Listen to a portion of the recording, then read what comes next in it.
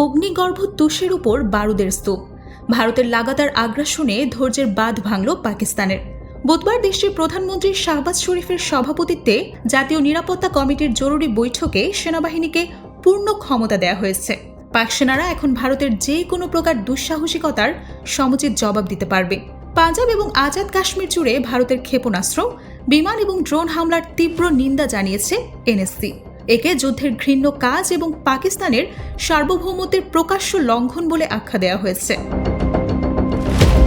বৈঠকের পর বিবৃতিতে এনএসসি বলেছে, ভারতের সেনাবাহিনী মসজিদ ও বাড়িসহ বেসামরিক এলাকাগুলোতে ইচ্ছাকৃতভাবে হামলা চালিয়েছে।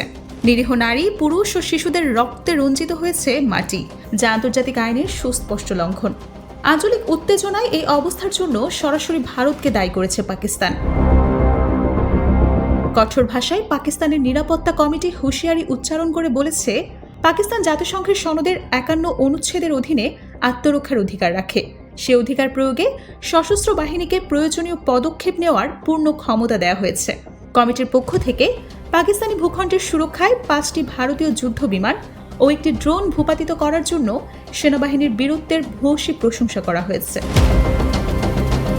বিশ্ব সম্প্রদায়ের প্রতি ভারতের এই আগ্রাসী আচরণের জবাবদিহি করার আহ্বান জানিয়েছে পাকিস্তান। এনএসসি দ্ব্যর্থহীন কণ্ঠে বলেছে, পাকিস্তান শান্তির প্রতি শ্রদ্ধাশীল, তবে তারা কখনোই তাদের জনগণের জানমালের ক্ষতি বা তাদের আঞ্চলিক অখণ্ডতার কোনো প্রকার লঙ্ঘন মেনে নেবে না।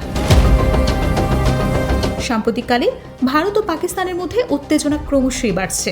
অপারেশন সিঁদুরের মাধ্যমে পাকিস্তানের অভ্যন্তরে কথিত জঙ্গি ঘাঁটিতে হামলার দাবি করে ভারত। পরবর্তীতে পাকিস্তানের আকাশ সীমায় ভারতীয় যুদ্ধ বিমানের অনুপ্রবেশ